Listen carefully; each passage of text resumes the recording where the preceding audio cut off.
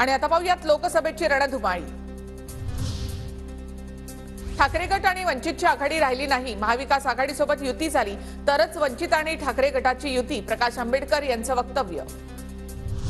दोन पक्ष फोडून पुन्हा आलो म्हणता हेच का तुमचं क्वालिफिकेशन? राऊतांचा फडणवीसांना सवाल। तर आमची सत्ता आल्यावर भाजप शिल्लक राहतो का तेच बघा, राऊतांचा भाजपवर हल्लाबोल। देशाची वाटचाल एकाधिकारशाहीकडे, पुन्हा लोकशाहीच्या पाठीशी राहायला हवं, शाहू महाराजांचं वक्तव्य। मुख्यमंत्री एकनाथ शिंदेंना अडचण होऊ नये म्हणून महायुतीमधून बाहेर पडणार। बारामतीमध्ये महाविकास आघाडी विरुद्ध अपक्ष अशी लढत होणार, विजय शिवतारे यांचं वक्तव्य।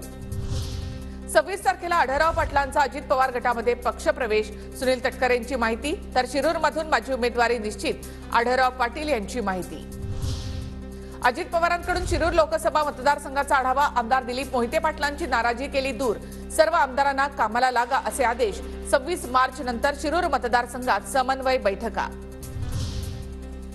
साताऱ्याच्या जागेसाठी भाजप आणि अजित पवार गटामध्ये रस्सीखेच। उदयनराजे आणि अमित शहांची आज भेट होण्याची शक्यता। उदयनराजे 3 दिवसांपासून दिल्लीमध्ये तळ ठोकून। सातारा लोकसभेसाठी उदयनराजे अमित शहांच्या भेटीसाठी दिल्लीमध्ये 3 दिवसांपासून ताटकळले।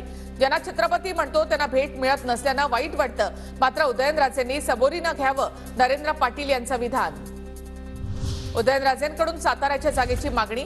महायुतीमधल्या चर्चेप्रमाणे पुढे जाऊ, बावनकुळेंची प्रतिक्रिया।